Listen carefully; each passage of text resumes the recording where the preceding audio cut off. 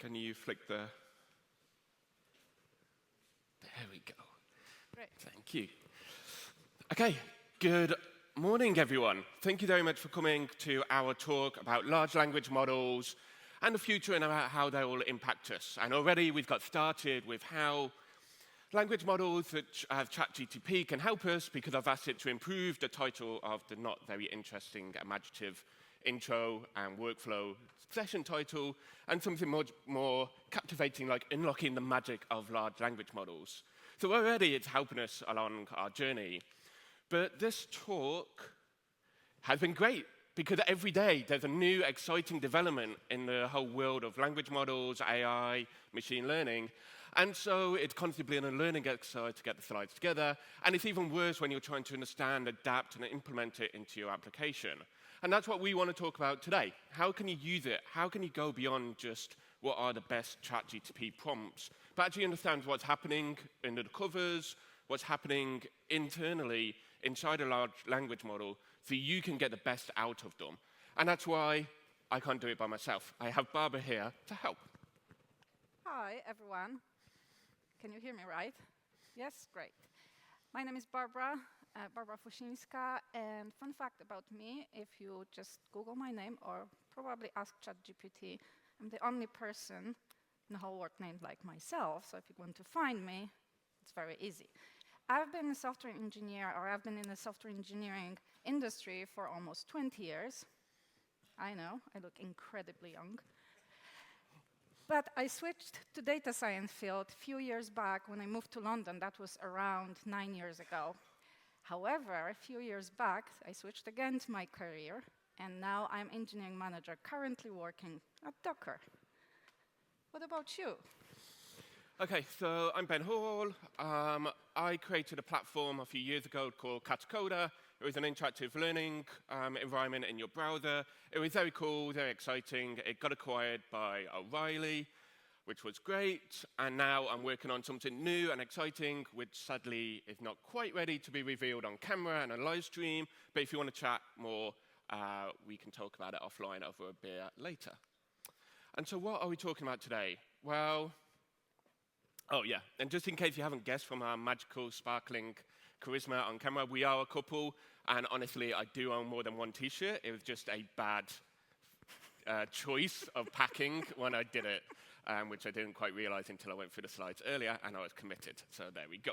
But we are a couple, and hopefully we'll still be a couple after the end of this talk. So, what are we actually going to talk about? Well, we want to kind of get you to realize the potential, understand what's happening under the covers, which will be Barbara's part, because I don't really understand fully or not to the same degree. And then how can you utilize it in the applications and go beyond just a normal ChatGPT session?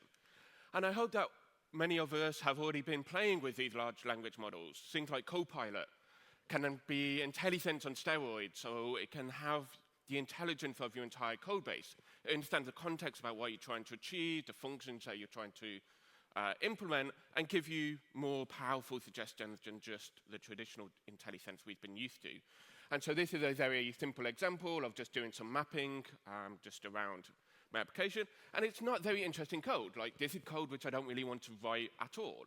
And so having Copilot just running in the background just makes it faster, lets me focus on what's more important, and pay attention to the most interesting aspects of my system, not this boilerplate code which AI can generate for us. And this is only going to get more powerful and more influential over time.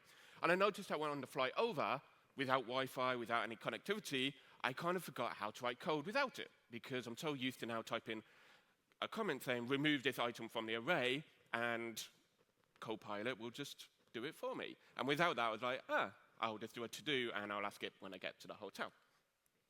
And there's other systems like our chatbots and chat implementations like ChatGPT, which gives us powerful insight. So what color is the sun? And it's like, well, it's yellow. Well, it's not, because we know it's not, and ChatGPT can give us a good example about what the color actually is. And throughout my entire life, the emojis, which are yellow, have been lying to me. But, you know, you can learn and you can adapt and evolve. And you can ask it to write code, which we're all capable of doing, but they may have some interesting edge cases that we don't really want to deal with in a very powerful way. We just want to get the code working. So in this case, I was just trying to parse a string, and I just wanted to remove the title. But the title can also have dashes, and I wanted to remove everything after the dash. And there was a lot of edge cases that I was getting bored of trying to figure out. So I just got ChatGPT to do it for me. It can figure out all the edge cases, and it can work out what my code needs to be doing. And admittedly, it took a few attempts. It's very polite when it fails, and it says, thank you for your patience, and I'm sure I understand the oversight, because I did ask it a really annoying problem about which strings can have dashes, where they can have dashes, and trying to get that perfect title. But it figured it out in the end, even if it did, took 5 or 6 attempts. And it can help me learn language and learn features that I wasn't completely aware of. I've been using handlebars and Node for the last 10 years, but I never knew that you could do a loop in this way until I got ChatGPT to write it for me. And it helped me discover capabilities that I had just simply overlooked in the documentation, and my Set My Ways software programmer, who's been doing that for years, hasn't bothered to look and find out if there's a better way to be doing it. So instead, ChatGPT can encourage me to learn and write better code, which I'm sure everyone would improve. But again, it's not always perfect, right? It's told me to do has own property, and Visual Studio completely said that's not capable, so it leads me down the wrong way. So you always have to be slightly careful, but you ask it a further question, and it will give you the right answer. But there's still this learning curve. It's still not ideal. It's still not getting there. For example, you ask it something quite straightforward, like Lady Gaga, and concatenate the strings. Should have used a better word. And it doesn't quite get it. Now, this was ChatGPT 3.5, which was kind of like at the end of last year. Version 4 does know, so it's improving, it's iterating. But it shows that language models aren't quite there yet. And so, in the words of Lady Gaga itself, why, Barbara, does it do that? Why isn't it always getting it right? And how is it even detecting what's happening and what we need? You know, the answer is science, because it's science, probabilities. It's not magic. It's not actually speaking to human. There are numbers underneath there. And it all started with attention. Actually, you know, I still feel that love is all you need. But let's talk about attention. This is not a talk about love. When we think of large language models, or any language models, basically the way how it works is you feed it with text, and you get a text being generated. The model does something, and what it does, we'll talk in a second. But basically, we can think of starting a sentence and finishing it, asking a question and getting the answer, right? Getting a paragraph, and as the result, we get a summary. Those are just few examples of what language models could do. And large language models are just doing it very, very well. So when we think of what is the text that we are feeding our language models with, this is not really a text. Models are basically computer programs written in a specific way. They need numbers. They don't work on raw text. So what has to be done is that text, those words, those characters have to be translated to tokens. There are few different ways to create tokens. The left one is OpenAI. The right one is Simon, remind me, Ben Warren, Willen? Yeah, we're both really... Someone famous. Someone famous, if you like, looking for large language models, wrote his own tokenizer. Sometimes the words are mapped one-to-one with just one number. Sometimes when they are built in specific way or have like suffixes and prefixes, they may be translated into several tokens. But what you should think about when thinking about tokens is it's a numeric representation of the word, and that's how we feed it to models. Care to build one? I'm actually a little bit lying. I'm not going to build one, but I'm showing you here how, again, I'm really bad at the name, Andrei Karpathy built one. Very simple model with attention, with transformers, to generate Shakespeare. And if you want to learn anything about NLP about machine learning. He's very good, like much better than us, Ben. I'm sorry. Agreed.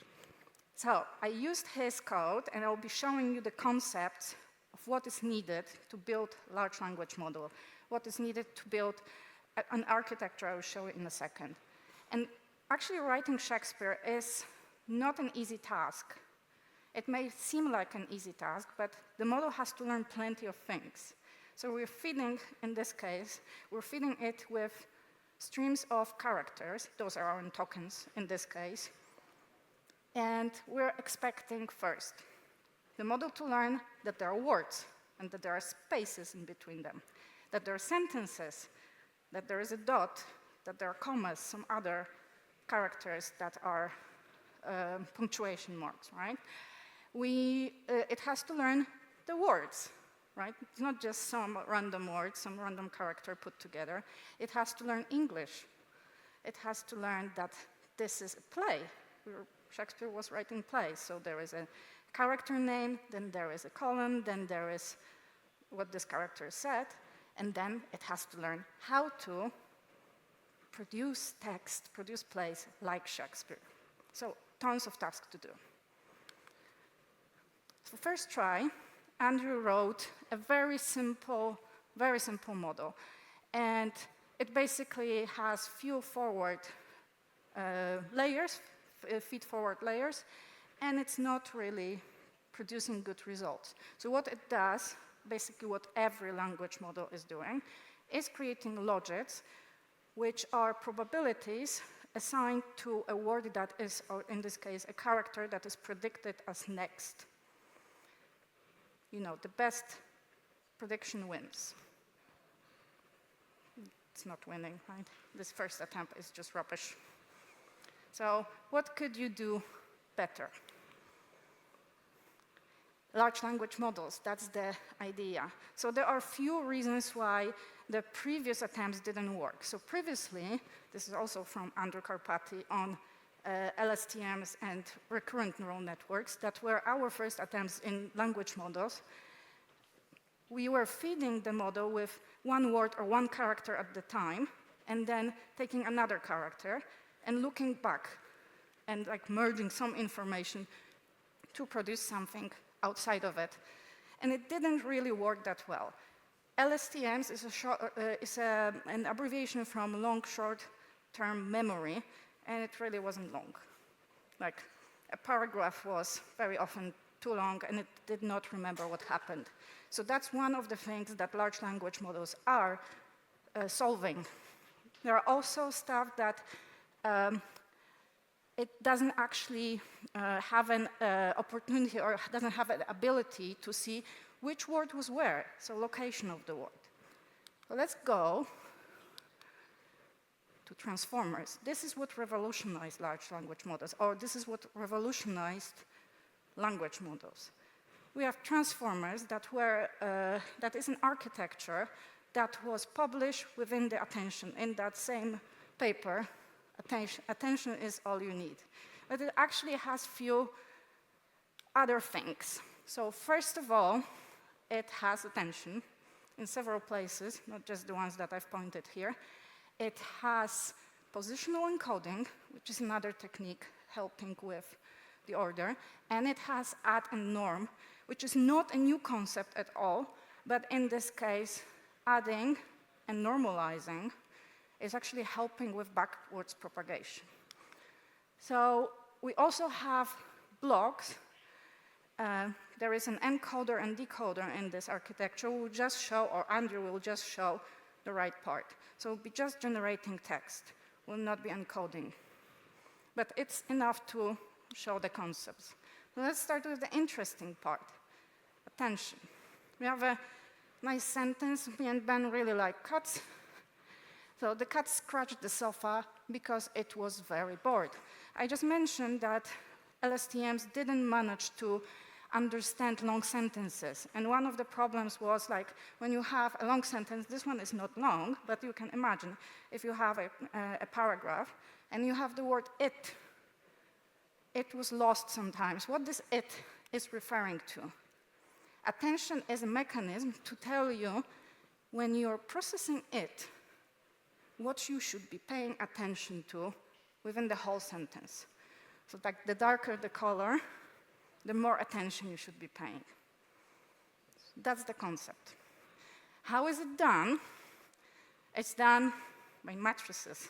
Obviously, it's machine learning, it's AI. We have plenty of matrix multiplication. There are 3 of them: query, key, and value. And they are showing 3 concepts of what attention is. And those vectors, WQ, WK, WV, are the vectors that our neural network, the transformer neural network, is learning when it's training. What it does with it, some more maths. So basically it's taking query and keys, multiply them.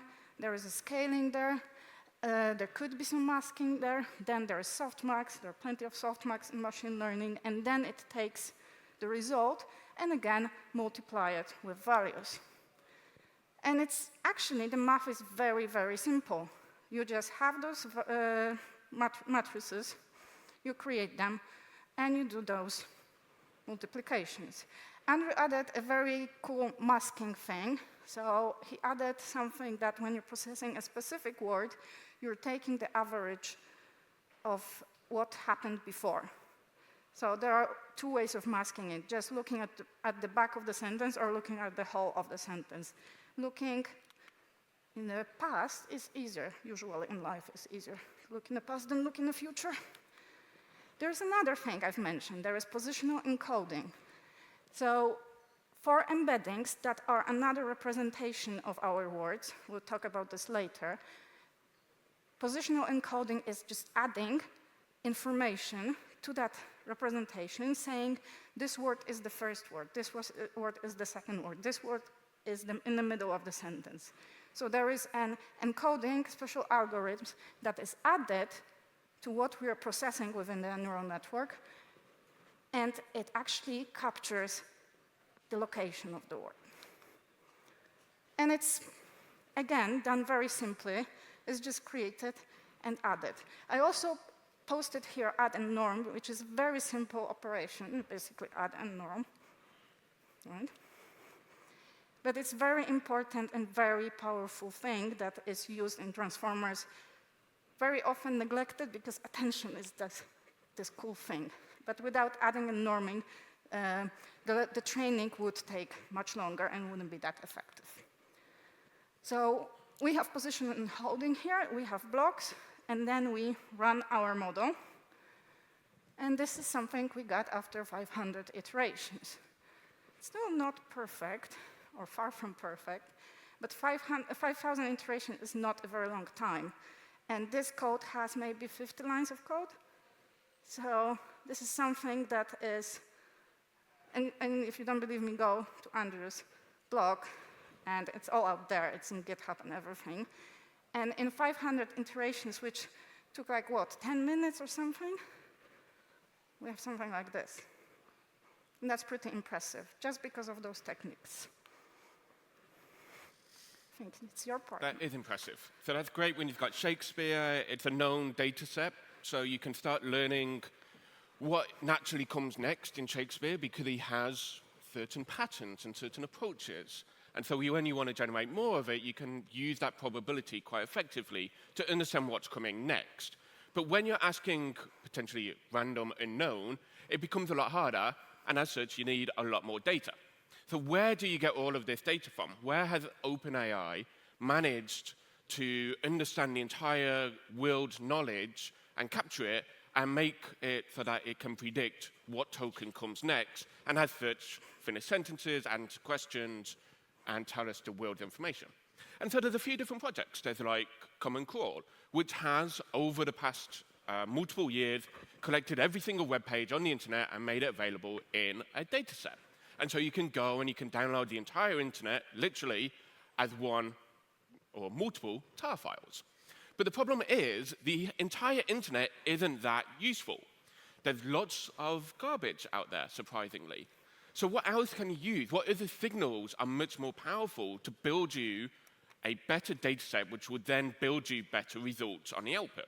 Because it's all that matters about how to predict what comes next is you want valuable, high-quality content to tell you what is the best probability of what comes next. And so we need valuable, high-quality data sets to do that. And so in the early days, OpenAI was a little bit more transparent about what they were doing. And so they would say, we use Reddit. Reddit has natural voting built in. And so you knew what links were valuable because other people had already told you, actually, that has some value to me. And so it's much more interesting. And so now, instead of having the entire internet, you have a set of links on Reddit that has greater than 3. So if someone's looked at it, someone's understood it, and someone said, yeah, that actually is reasonable or not. Still could be a complete pack of lies, but at least it's a step in the right direction. And you have Stack Overflow and other valuable websites which have all of this data available and was all very nice and packaged up every single Stack Overflow question and answer because that was valuable at the time. What turns out is it's a little bit too valuable because now OpenAI has got all of that data, it's taken it and built and transformed the internet and kind of made Stack Overflow less relevant than what it was previously.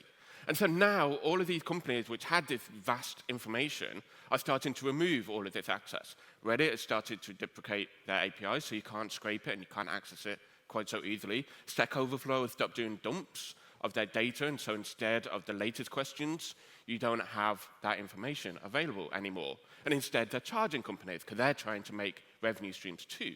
And this will pose a problem for the future. Like, how do we get beyond September 2021, which was the last cutoff point where they had all of the information? This new information since then isn't as readily available. But there are other sources.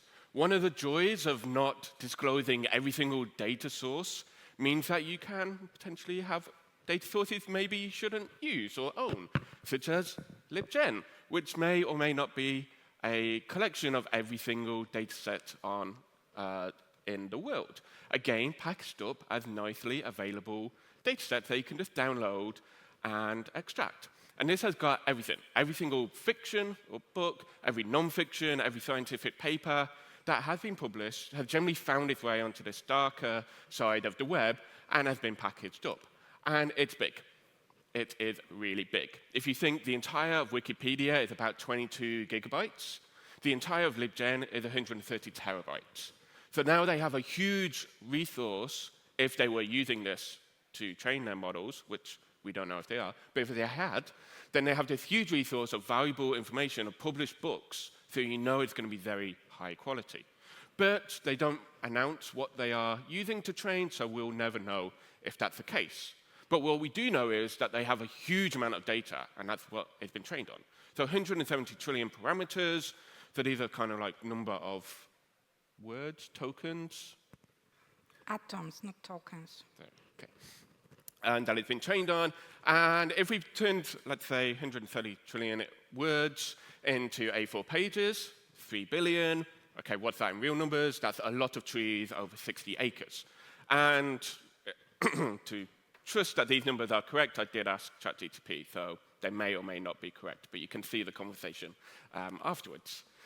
So how much does all this cost? Because this is a huge amount of data.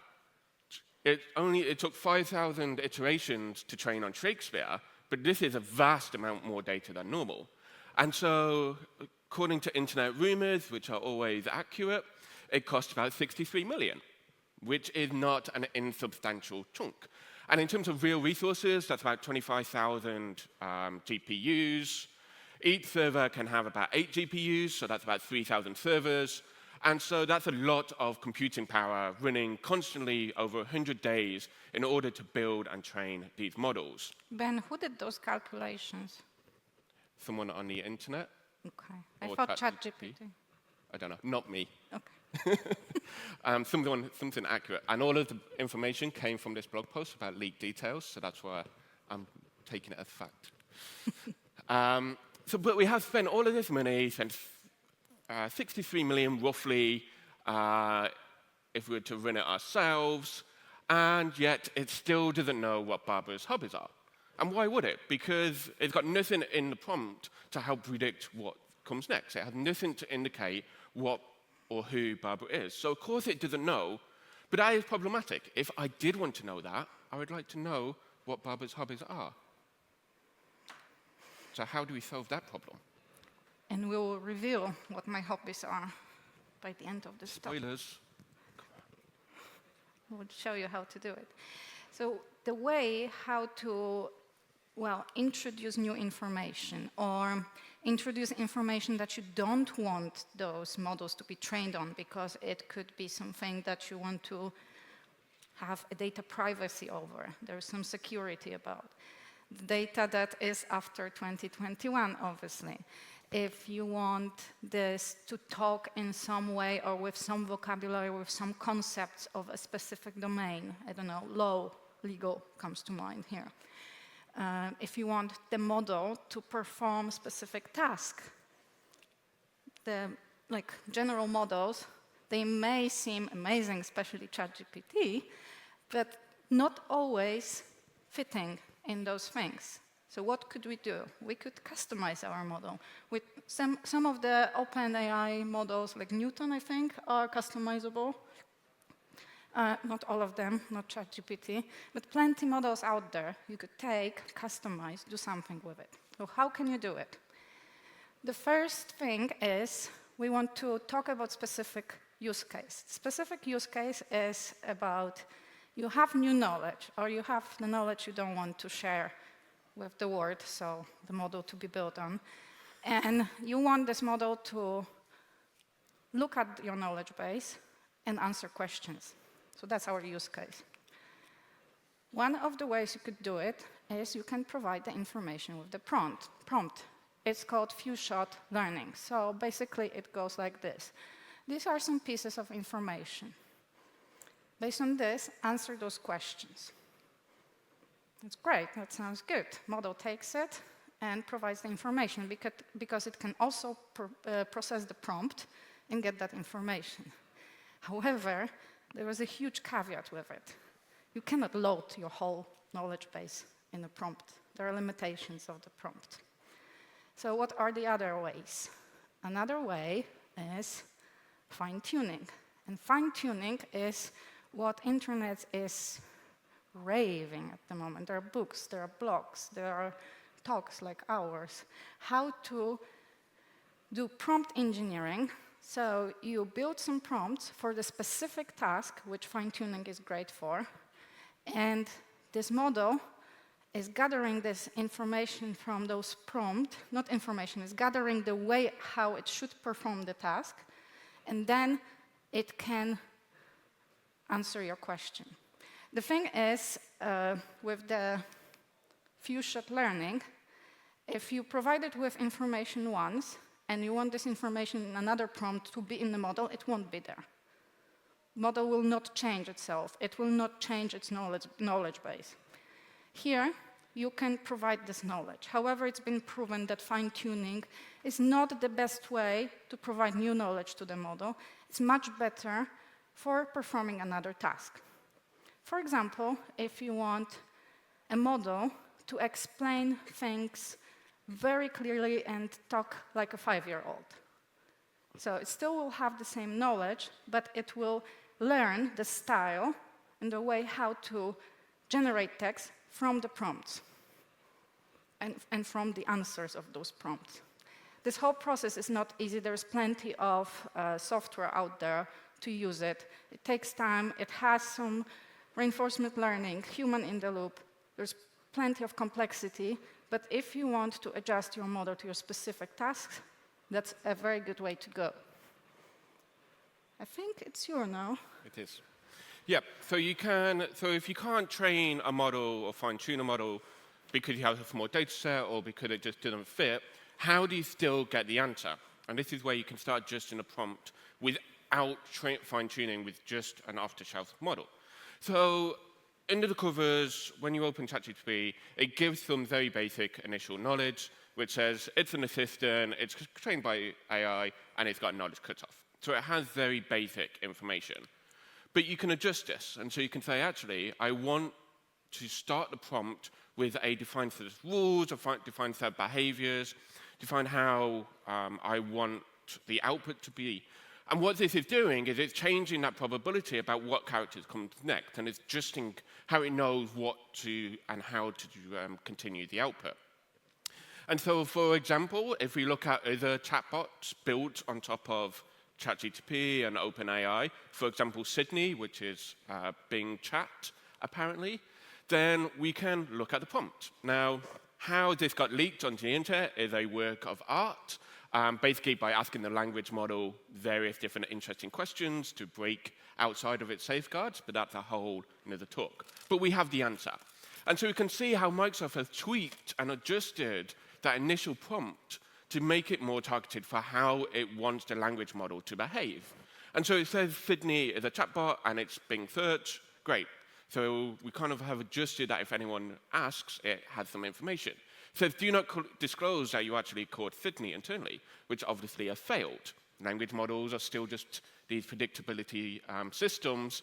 And so without the right safeguards or without enough safeguards in place, these internal details can still be disclosed. But it has got some interesting points, like how to deal with copyrighted information. It's defining the rules and the structures about what it wants the system to behave and the output it wants to produce. And there's endless amounts of information it puts into it in order to get that perfect experience based on what Microsoft Bing is looking for. And we can also just ask the language model itself to improve. So we don't have to come up with these beautiful best ChatGPT prompts ourselves. If you remember back to our opening slide where I said, like, hey, come up with an interesting or better version of the talk title. We could also say, like, okay, that was a great answer, but what would a better prompt have been for me to ask you in the first place? And it was like, and then how it works and the predictability will come up with something which is which you can then ask and prompt it again. So you start building up these loops to get better and better output. And now we went from the magic of unlocking to pushing code horizons with Ben and Barbara. So it's better, worse, who knows, but at least it's a different way of changing the output and exploring and going beyond what you may normally ask for. And this is how systems are being built.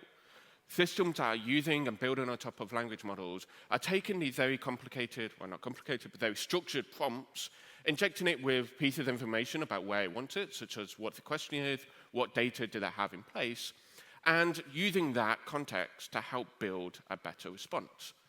As developers, we love building frameworks to do that, and so that's all nicely available through something called LangChain, which I'm sure we'll see grow over time, as a way that they have got these pre-built, predefined language, predefined prompts, which have been optimized to get the best result possible.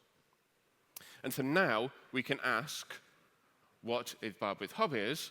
And if we give it the information in the prompt, then obviously the language model can use that information and start inferring what the correct information is, which is cross-stitching. I told you I look incredibly young. But how do we get more information? Well, how do we get more information, or how do we get more creative information? I told you it's not magic, and it's really, really early to say that machines are creative, but they can fake creativeness. And how do they do that? I've mentioned at the beginning that language models, especially large language models, are taking the text and then predicting the next thing. And how do they do it? So first thing, to predict next thing, is they basically predict all of the things, and then they rank it. That's very, very simple explanation. They rank it, that probabilities of what should come next are calculated. And then there are techniques, what to do. Do we take the thing that is the most probable, the most likely, or we should think about something spicing things up?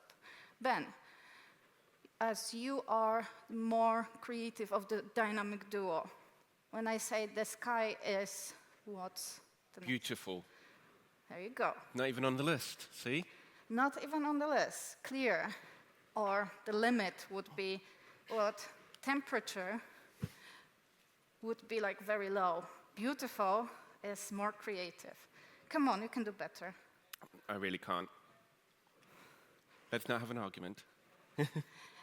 The sky is the entrance to the space. I don't know, I just made it up. Or it could go really overboard. If you are increasing that temperature with the creativity, which basically means take into account more possibilities. Temperature is not the only technique, but I'm talking about this now. It can go really overboard. Like it may have no sense. So when you're thinking of this parameter when inferring, experiment and see what actually is your level of the temperature. But there are other techniques, and it's making the models not deterministic, because it can, even with those probabilities, it can tweak things up. We've mentioned the limitations of the context window, and what about our use case? When we have our knowledge base and we want those models to actually use the information from it and answer our questions, our specific domain questions. There is a technique that is connected with information retrieval, which is a very fancy name, scientific name for search. How it works is, a person is asking, how do I install Docker 4.21? This is not the newest version of Docker, but it was after 2019, so it definitely wasn't in the knowledge base of the data sets that the models, basically like ChatGPT, were trained on. So what we could do, we could build a system that is taking this question, search through our knowledge base, and think of the best candidates. Then it takes those best candidates. It could be a whole document, it could be a paragraph that is saying, it could be like a blog post, whatever we have in our knowledge base. And then it can build a prompt. Now we have dedicated answers, but we want the best answer. So we build a prompt. This is the information we have. Answer the following questions. And then we feed it to large language models. Large language models have, or should have, at this point, the whole information it needs, and it should answer. Well, we need something else to actually make it work. What are those numbers? What are embeddings?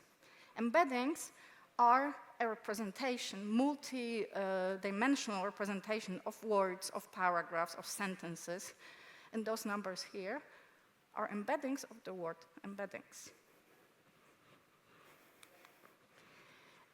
Why do we need embeddings, or why are they useful? It's to capture the relation between words. So you might have heard about word-to-vector. It was a hit, like, 5 years ago. But embeddings are still created and still being used, and every large language model has them. So you could think, for example, here, the embeddings are figuring out the genre of the book titles. So why do we need those representations? Because this is how we actually do information retrieval. Again, very simple, very high-level view on this. When we have our query, how do I install Docker version 4.21? This query is getting vectorized. Can we vectorize it? We can use embeddings. You can usually have some API or some program that will just take your raw text and turn it into vector. And what do you do with that vector? There is one technique, not the only one, that you're finding out another vector in your database, because you did some work before with your database, and you vectorize your knowledge base, and you check, is this query similar, and how similar, to the things you already have in database. And based on that rank of similarity, you return your best candidates, this time raw text, because we have to build the prompt from it. Okay, and so that's how we now, if we had an entire database of Barbara's hobbies, we'd be able to look up the most relevant, inject that into the prompt, and we'd have all of the information the language model needs to give us the right answer. And this is how systems like Copilot are using and providing accurate intelligence based on our code bases. Because they're taking our entire code base, converting it into embeddings, putting that into a vector database, and then when we need to look it up, they're taking that relevant information, injecting it into a prompt, like we've seen, and passing that to a large language model, and the language model is coming back with the relevant information based on the question. And so again, the internals of Copilot are available. This is a snapshot. There's also the prompts available. But what's more interesting is an alternative, open source alternative called Cody. And this is created by SourceGraph, and it's all available on GitHub. So you can go and look and see what prompts they're using, how they're discovering the relevant code snippets, and how they're combining that with a prompt. And so if you're asking it to explain how a piece of code works, it's taking, predefining the prompt, saying, please explain the following, and finding out the language based on the context of your code base, finding out the relevant files and passing that along, and then the output will be displayed within the Visual Studio extension. And that goes for similar things like code smells, and like how do you find code smells. And so it's not the Copilot, it's not the extension doing all of the heavy lifting, or the extension, not all, but the main job of the extension is to find the relevant pieces of information so that it can build the most accurate prompt, so the language model has all of the information it needs in order to produce the best answer for the user and what they're looking for. And so this is like the foundation. This is where we are today. But this is very rapid and it's evolving. And so there's new capabilities upcoming, some of which are prototypes and experiments, which may not stay. For example, functions within OpenAI API. And so within the initial prompt, you can give it a list of functions that are available within the system, like API calls. And so you could say, if you need to calculate a number, then in your prompt, return calc and the parameters. When the prompt comes back to the system, it will parse the output, it will call those functions, and then return that information to the system. This is interesting, but we can take it even a step further. We can start building agents who will take the prompt, take the output from the language model, feed it back in, and keep asking and keep iterating in order to achieve and solve very targeted problems. So for example, instead of just asking it to write a single line of code, having a system which will say, I need to build a web application. Great, what language do you need it to be built in?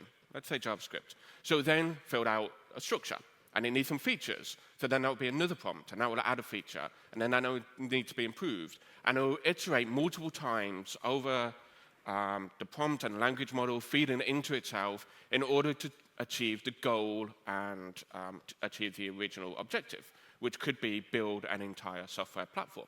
Which is great if you're OpenAI, because every single system call is making money, and it will all quickly add up. But it is a potential future for how software could be developed. And this is available today within an open source platform, so you can start exploring and go and having a look. And then what we can also do is start adjusting the prompts, which is basically what it's doing, to adjust to the type of code which we want that system or that agent to develop. So obviously we want it to be developed by a top-tier developer, because we wouldn't want it to be developed by a junior, unless actually we do. If it's for training, education purposes, maybe we do want it to be a junior, and so that we can improve, show bad practices, show other systems in order to help develop. We can tell it what's important, like do we want it to write tests? And it will include that in the output. And so we can start building systems based on very targeted resources and information that we need. And there's other systems, like should we ask please? Like how did this affect the output? Like remember when ChatGPT took multiple attempts in order to solve the title extraction problem? It was very polite in response. And if you imagine all of the data sets that it's been trained on, has it included politeness in that? And does that help achieve a better result? Or is this just some human aspect where we like to be polite when we ask for questions and say thank you when it's completed the job properly? That is still to be confirmed. But this is the joy of open source. When we have all of these open source language models, we can find out all of this information. We can find out the information that it's been trained on and help and iterate and improve it. So there's a lot. The main ones are from Facebook at the moment with Llama and with their code iteration. And so these are now available to public. We can now download and run these anywhere, well, on a powerful server or on our laptops.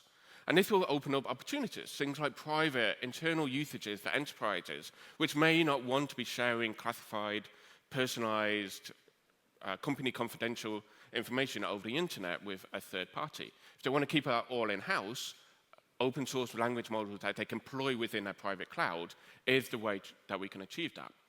And this will go a step further, that if it's in the cloud and it gets powerful enough, then we can get it running on a local device. So next time I'm in the plane and I want Copilot to be telling me the results, it will actually be running directly on my device, and so it will give me faster, quicker iteration feedbacks. But it will also not be leaking my source code over to a third party and over the internet. And this is already available with open source, and so my laptop will happily run a large language model because it's one of the new Macs, and you can even get it running on Raspberry Pi. Now, admittedly, it's pretty slow and painful, but it's a step in the right direction. Like, it's already an indication about how we can take these very large, ridiculously well-trained language models and start optimizing them, tweaking them to run on something as low-powered as a Raspberry Pi, even if at the moment the performance isn't quite there. But it will be, eventually. We're all walking around with iPhones and Android devices which have got GPU chips dedicated for AI built right into them. So they already have all of the capabilities. The new MacBook 2, M2 devices have a huge amount of GPU resources available. So now we can just start marrying up powerful open source devices from the likes of Facebook, who have got the GPU capabilities, with powerful laptops and phones and devices, and then everything will be running locally, private, personalized to us. And then we can run it all in the browser. Because if it's on local, if it's running locally, we have new capabilities of web GPU. So everything, all the power of the GPU available directly through JavaScript, directly in the browser. And so just as part of our daily activities with our web, everything through the language model can be accessed by our web applications, but running on the device. And this today isn't really in the future. It's already available on GitHub. You have to run the latest of everything, like latest Chrome, Canary versions, but it works. So the future, which we could previously be talking 2, 3, 4 years ago, isn't the same when we're talking about language models. We're talking weeks or months away. And so with that, the future is definitely evolving rapidly and very quickly. But I'll let you finish up, summarize. Thank you. We talked a lot about possibilities and fluff and everything that Ben covered. No, I'm joking. We talked about how models are built, how they are used, and how you can make them more creative. I presented to you how we could do semantic search to tackle the limitations of the prompt and how to extract the information and feed it to the large language model so you can take the full potential from both information retrieval, aka search, and large language models. What is the future? We had a small discussion, but we had a theory that everything we spoke about, or not everything, but a lot, just changed since this morning. So we'll see what's going to change. It's very exciting. Thank you so much for joining us. Thank you very much.